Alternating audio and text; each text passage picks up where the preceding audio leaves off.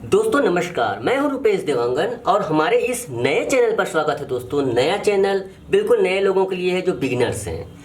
अब देखिए दोस्तों, हम जब कोई कपड़ा बनाए, ब्लाउज बनाए, कुछ भी बनाए तो सबसे पहले ज़रूरत होती है एक मेज़रमेंट की। पैंट शर्ट के मामले में, जेंट्स काम के मामले में तो आप देखते हैं कि वहाँ पर कस्टमर जाता है दुकान में, खुद स्वयं को अपना नाप दिलाता है, अपनी चॉइस बताता है।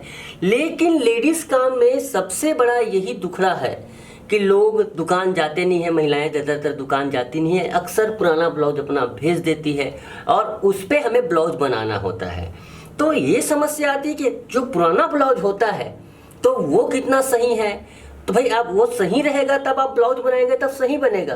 तो इसलिए कभी भी कोई कस्टमर आए तो साफ सुथरे शब्द में पहले उसे ये समझाएं कि देखिए जो आप नाप दे रहे हैं वो आप में ठीक है कि नहीं है। अगर आप ठीक नहीं है तो आप कृपया ठीक वाला नाप जो आपको बेहद पसंद है। कभी कभी क्या होता है कि कस्टमर नाप देते वक्त तो कुछ भी दे देते हैं नाप को, जिसे पहने भी नहीं रहते। मेरे पास भाई कई बार मामले आए हैं, कई महीने तक पहने नहीं, उस ब्लाउज को नाप के लिए दे देते हैं, फिर आप उससे बनाए, फिर बाद में शिकायत करते हैं ये हो गया वो हो गया।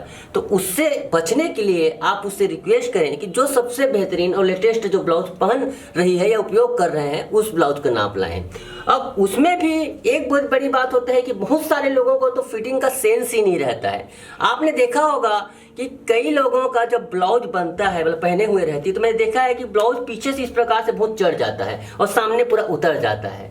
ये इसका मुख्य कारण क्या है? उसका कमर वास्तविक नाप से 2 या 3 इंच लूज रहता है। तो होता क्या है, जितना कमर आपका टाइट बनेगा, फिक्स रहेगा, उतना वो कमर क्या बोलते हैं बॉडी में सही अटका रहेगा, सही फिटिंग लाएगी। तो ये सब चीज़ों को मतलब कस्टमर से आप बातचीत करें कि भाई ऐसा ऐसा प्रॉब्लम तो नहीं आता, कमर ठीक है कि नहीं है।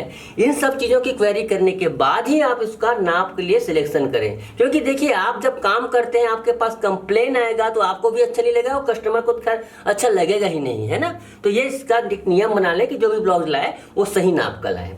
अब देखिए दोस्तों, इसके बाद होता है कि नाप जो से आपको दे दिया है, अब उसने सही कहा। अब देखिए जो ब्लाउज दिखा रहा हूँ, ये ब्लाउज में गला काफ़ी ओपन है, ऐसे फैलते ही जा रहा है। उसको नाप किस हिसाब से लोगे? अगर हम जब शोल्डर काटते हैं तो उसका शोल्डर अधिकतम कितना रहता है? 5.5-6 इंच काटते हैं। यहाँ तो शोल्डर की बात करें तो अगर टोटल 17-17.5 इंच तक फैला हुआ है तब कैसे नाप लेंगे? तो इन्हीं कंडीशनों को ध्यान में रखते हुए कुछ चीज़ें मैं आपको बता रहा हूँ। देखो, कुछ चीज़ें नाप से लेना है, कुछ चीज़ों को अपने अनुभव से करना है। सारा उसमें जो नाप है वो चीज़। अब देखिए इसमें अगर आप पीछे का पल्ला फैला है, फैल कर कितना हो गया अगर देखा जाए तो ये फैल कर हो गया दोस्तों 20 इंच पीछे का पल्ला। ऐसा तो नहीं नाप सकते इसको, है ना। अगर ऐसे भी करें तो कितना फैला है, कितना इसको सिकुड़ा है, इसका भी अंदाजा नहीं होता। शुरू जब काम शुरू किया था तो इन्हीं सब बातों को बहुत गहराई से मंथन किया, यार इतना फैलता है तो इसको कितना कटना चाहिए। तब मैंने बॉडी से नाप लेना शुरू किया। बॉडी के नाप के हिसाब से मैंने अपर चेस्ट, फुल बस्ट, हर चीज, शोल्डर को नापा। आज के डेट में जो मेरे ब्लाउज हैं, जो ब्लाउज मास्टर चैनल में जो कटिंग बताता हूँ, वो इन्हीं सब चीज़ों का नतीजा है। देखिए नाप का ब्लाउज ऐसा है, आप ही सोचिए इसको किस प्रकार से आप इसको करेंगे। जैसे तैसे बनाकर दे देना अलग मैटर है, लेकिन आपको संतुष्टि मिले वो काम मायने रखता है इसमें। सबसे पहले तो आप लंबाई नापिए। लंबाई नापने का सिंपल सा तरीका, इसको पकड़िए और इसको जितना हो सके खींचकर, अधिकतम खींचिए, क्योंकि कपड़ा धुलता है, कुछ करने पे सिकुड़ जाता है, आधा 1 इंच सिकुड़ जाता है। तो देखिए 13.5 है, 13.25 आ रहा है, चलिए इसको 13.5 बना सकते हैं, खींच कर इसको लें इस प्रकार से। तो 13.5 इंच इसका सबसे पहले तो लंबाई हो गया। दूसरा मेजरमेंट डायरेक्ट चेस्ट का मत लीजिए। मैं आपको इसलिए बताता हूँ, चेस्ट के बजाय आप दूसरा मेजरमेंट लें कमर का। और कमर में बताया ना पहले भी, कभी भी कस्टमर से कमर के बारे में जरूर पूछिए, बाकी चीज के बारे में मत पूछिए, लेकिन कमर के बारे में, कमर बिल्कुल फिट है कि नहीं है, तो इस बारे में जरूर तपास करें। और हो सके अगर कस्टमर आई हुई है तो उससे डायरेक्ट पूछें कि इसका कमर इस प्रकार से पीछे से चढ़ता तो नहीं है। पीछे से चढ़ रहा है कमर, मतलब ये मान के चलिए कि आप उसका ब्लाउज में कमर ढीला है। तो इस देखिए इस प्रकार से इसको नाप लेने पर इसका कमर है 29.5 इंच। 29.5 इंच इसका कमर आ गया। ये कमर है 29.5 इंच। अब देखिए दोस्तों, मैं आपको एकदम कमाल की बात बताता हूँ। मैंने अपने जितने भी ब्लाउज बनाए हैं बहुत दिनों से, 8-10 साल से, सिर्फ बॉडी के नाप से ही बना रहा हूँ। तो मेरा जो अनुभव कहता है, मैंने ब्लाउज की बात कर रहा हूँ मैं। अधिकतर औसतन रूप से देखा जाऊँ दोस्तों तो कमर से जो चेस्ट का जो है, तो जैसे 29.5 कमर है तो अधिकतम औसत लूँ तो 5, 6 या अधिकतम 7 इंच ज्यादा निकला है। 29 इंच का कमर है, 6 इंच इसमें प्लस करते हैं तो ज्यादा से ज्यादा इसका एक्यूरेट कमर 35.5 इंच तक ही आएगा। हो सकता है आपको डाउट भी हो तो उसको 7 इंच कर दीजिए, लेकिन आपको एकदम रियली बात बताता हूं कि इसका जो चेस्ट है इससे ज्यादा बनाओगे तो आपका शोल्डर उतरना, फुलान आना, ये सब स्टार्ट हो जाएगा, है ना, इस प्रकार की। तो एक चीज आपको मंत्र देता हूं कि कभी भी आप चेस्ट बनाए तो 29.5 में 6 या 7 इंच ऐड कर दिए, 5 इंच मत कीजिए क्योंकि हो सकता है आपको अनुभव कम हो तो धीरे धीरे उसको कम कीजिए, लेकिन कमर में सीधा 6 इंच एंट्री प्लस कर दीजिए तो उसका जो चेस्ट है ओरिजिनल निकल आएगा, तो 35.5, है ना। लेकिन यहां पर एक चीज भी बता रहा हूं, अगर कमर ढीला है, किसी का कमर बहुत ढीला पहले से नाप में है तो कमर ढीला है तो उसमें और प्लस करोगे तो और ज्यादा हो जाएगा, इसलिए कमर का तपास करना बहुत जरूरी है, ठीक है। अब उसको जायजा करने के लिए, मतलब करने वाला उसको ये करने के लिए, आकलन करने के लिए, तो ओरिजिनल बॉडी का नाप हो गया, है ना। अब इसमें प्लस 1 इंच कर दीजिए, 1 इंच, 1.25 इंच इस प्रकार से कीजिए तो लगभग ये तैयार दोस्तों ये होगा करीब ये 37 के आसपास ये चेस्ट तैयार बनेगा। टोटल जो चेस्ट है ढील लूज वगैरह करके तैयार है तो 37 का चौथा भाग लगभग 9.25 होता है, तो 9.25 इंच इसका चेस्ट आप बना सकते हो, है ना। तो कहने आप नाप पर भी देख सकते हो, लगभग उसी के आसपास ये आएगी।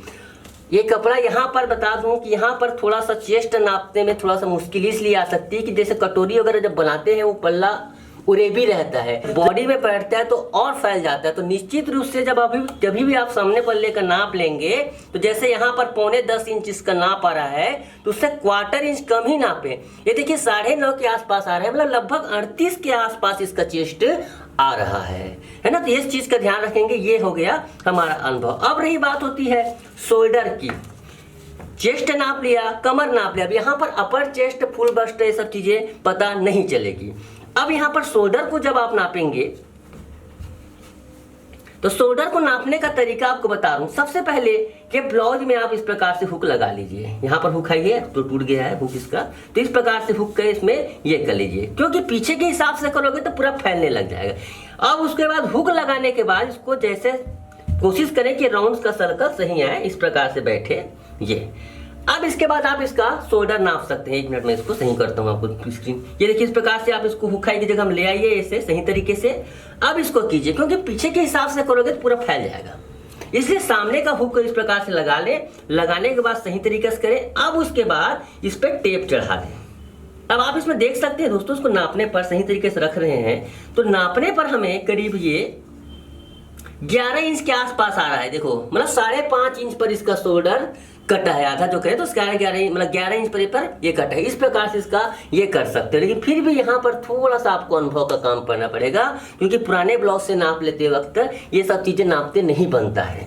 अब इसके बाद आप यहाँ पर आर्म होल को नापिए। आर्म होल बहुत जरूरी चीज है। देखिए यहाँ पर आप बॉडी से देखिए इस प्रकार से करोगे, देखिए 7.5 इंच, मतलब ये लगभग 15.5 इंच इसका आर्म होल, इसको ही आर्म होल कहते हैं। आप बॉडी से भी नाप सकते हो और उससे भी नाप सकते हो, ठीक है। ये हो गया आर्म होल।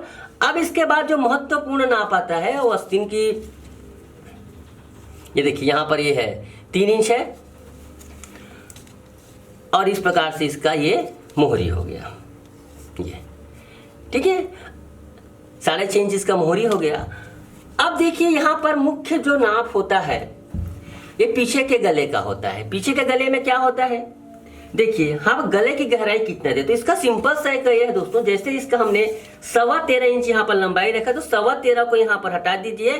13.25 को यहाँ रखने पर बचता कितना है 11 इंच, तो 11 इंच पीछे का गले का खोल यहाँ पर निकल आया है, ठीक है। अब इसका सामने का गला नापने का बिल्कुल आसान तरीका है, जैसा आपने रखा है। तो जिसका जो लंबाई है दोस्तों 13.25 में, तो आप देख सकते हैं ये थोड़ा सा फैला हुआ रहता है, इसी चीज में थोड़ा सा ये है, तो 6 इंच पर ये सामने का गला खुला हुआ है। ये देखिए यहाँ पर ये 6 इंच पर गला खुला हुआ है, तो इस प्रकार से नापा जाता है ना। एक महत्वपूर्ण नाप है बस्ट के पॉइंट का। देखो बस्ट का पॉइंट यहाँ पर देखिए 9.25 के आसपास ये तैयार हुआ है। तो ये सारी चीजों को आप बिल्कुल नाप लें। पुराने ब्लाउज से भी ब्लाउज को अच्छे तरीके से बनाया जा सकता है, लेकिन अगर जहां तक हो सके आप बॉडी से नाप लेकर बनाने का कोशिश करेंगे। हो सकता है आपको 1 2 3 4 महीने समय लगे, लेकिन जब आप बॉडी से नाप लेकर बनाना सीख जाओगे तो यकीन मानिए कि आपसे बेहतरीन टेलर उस क्षेत्र में कोई नहीं होगा। तो इस प्रकार से नापे दोस्तों।